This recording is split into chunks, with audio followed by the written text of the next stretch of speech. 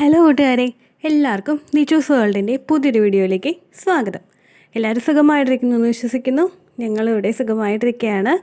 അപ്പോൾ എല്ലാവരും സന്തോഷത്തോടെയും ആരോഗ്യത്തോടെയും ഒക്കെ ഇരിക്കുക കേട്ടോ. ഇന്നത്തെ വീഡിയോയിൽ ഞാൻ സംസാരിക്കുന്നത് ഇംപ്ലാന്റേഷൻ ഫെയിലാക്കാൻ സാധ്യതയുള്ള കുറച്ച് മിസ്റ്റേക്സിനെ പറ്റിയിട്ടാണ്. ഇത് ഏറ്റവും കൂടുതൽ ശ്രദ്ധിക്കേണ്ടത് ഒരുപാട് നാളുകളായിട്ട് ഇംപ്ലാന്റേഷൻ കഴിഞ്ഞിട്ട് ഒരു 6ാമത്തെ ദിവസം മുതൽ നമ്മൾ നമ്മുടെ ലോവർ അബ്ഡോമൻ ഭാഗത്ത് കുറച്ച് പ്രഷർ കൊടുക്കുന്ന തരത്തിലുള്ള ആക്ടിവിറ്റീസ് ചെയ്യുന്നുണ്ടെങ്കിൽ അത് കഴിവതും ഒന്ന് അവോയ്ഡ് ചെയ്യുക.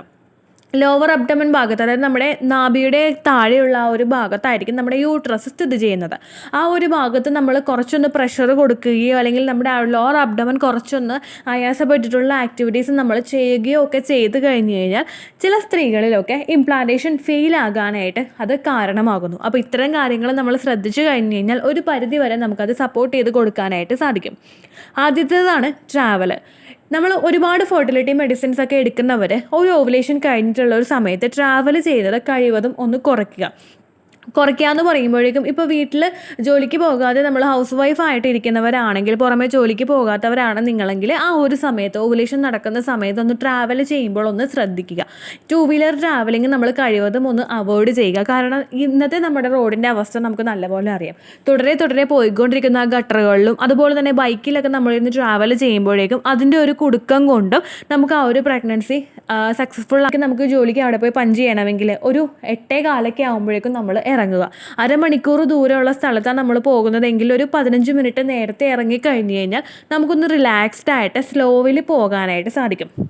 പക്ഷേ അരമണിക്കൂർ ട്രാവൽ ചെയ്യുന്ന സ്ഥലത്ത് നമ്മളൊരു 15 മിനിറ്റ് കഴിഞ്ഞിട്ടാണ് നമ്മൾ ഇറങ്ങുന്നതെങ്കിൽ, ഒരു 8:30 ഒരു 9 മണിക്ക് നമ്മൾ പോകേണ്ട സ്ഥലത്ത് 8:45 ആകുമ്പോഴാണ് നമ്മൾ ഇറങ്ങുന്നതെങ്കിൽ അരമണിക്കൂർ ട്രാവൽ ഉണ്ടെങ്കിൽ നമ്മൾ അത്രയധികം സ്പീഡിൽ വണ്ടി ഓടിച്ചിട്ടേ പോവുകയുള്ളൂ.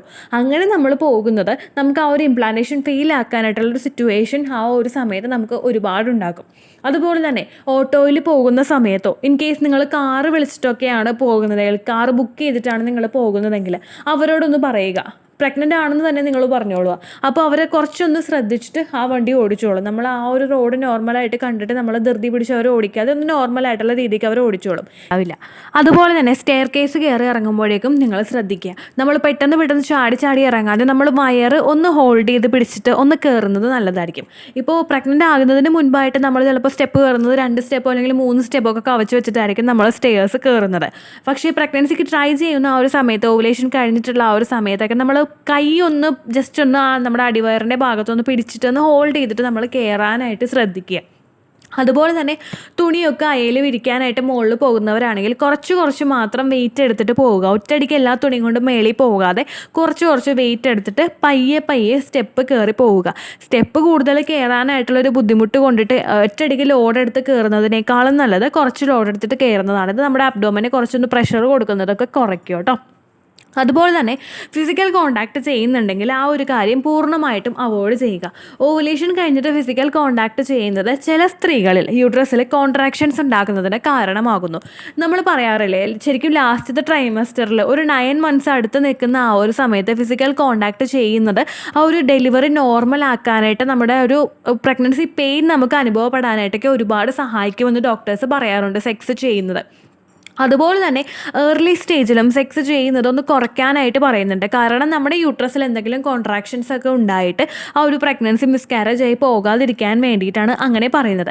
ഇത്തരം കാര്യങ്ങൾ നമ്മൾ ശ്രദ്ധിച്ചു കഴിഞ്ഞാൽ പ്രഗ്നൻസി സക്സസ്ഫുൾ ആക്കാനായിട്ട് സാധിക്കും. അതുപോലെ തന്നെ നിങ്ങൾ മസ്റ്റായിട്ട് ശ്രദ്ധിക്കേണ്ട ഒരു കാര്യമുണ്ട്. നമ്മൾ പ്രഗ്നൻസി ട്രൈ ചെയ്യുന്ന സമയത്ത് നമ്മൾ പ്രിനേറ്റൽ വിറ്റമിൻസ് എടുക്കാനായിട്ട് ശ്രദ്ധിക്കുക. അതായത് ഇപ്പോൾ കാൽസ്യത്തിൻ്റെ മരുന്ന് കഴിക്കുന്നത് നല്ലതാണ്, ഫോളിക് ആസിഡിൻ്റെ മരുന്ന് കഴിക്കുന്നത് നല്ലതാണ്. ഇതെല്ലാം നമ്മളിൽ എന്തെങ്കിലും ന്യൂട്രീഷണൽ ഡെഫിഷ്യൻസി ഉണ്ടാകുന്നത് മൂലം ഏർലി സ്റ്റേജിലൊരു മിസ്കാരേജ് ഉണ്ടാകുന്നത് പ്രിവെൻറ്റ് ചെയ്യാനായിട്ട് നിങ്ങളെ ഒരുപാട് സഹായിക്കും കേട്ടോ. അപ്പോൾ ഇത്തരം കാര്യങ്ങളും കൂടി നിങ്ങൾ ശ്രദ്ധിച്ചു കഴിഞ്ഞ് കഴിഞ്ഞാൽ പ്രഗ്നൻസിയെ നിങ്ങൾക്ക് സക്സസ്ഫുൾ ആയിട്ട് മുൻപോട്ട് കൊണ്ടുപോകാനായിട്ടും ഇംപ്ലാന്റേഷൻ സക്സസ്ഫുൾ ആക്കാനായിട്ട് നിങ്ങളുടെ ശരീരത്തിനെ സപ്പോർട്ട് ചെയ്യാനായിട്ടും ഒക്കെ സാധിക്കും. അപ്പോൾ ഇത്രയേ ഉള്ളൂ വീഡിയോ. യൂസ്ഫുൾ ആയി കാണുമെന്ന് വിശ്വസിക്കുന്നു. യൂസ്ഫുൾ ആയിട്ടുണ്ടെങ്കിൽ മാത്രം ലൈക്ക് ചെയ്യുക, ഫ്രണ്ട്സിനൊക്കെ ഷെയർ ചെയ്ത് കൊടുക്കുക കേട്ടോ. അപ്പോൾ അടുത്തൊരു യൂസ്ഫുൾ വീഡിയോ ആയിട്ട് നമുക്ക് വീണ്ടും കാണാം. ബൈ.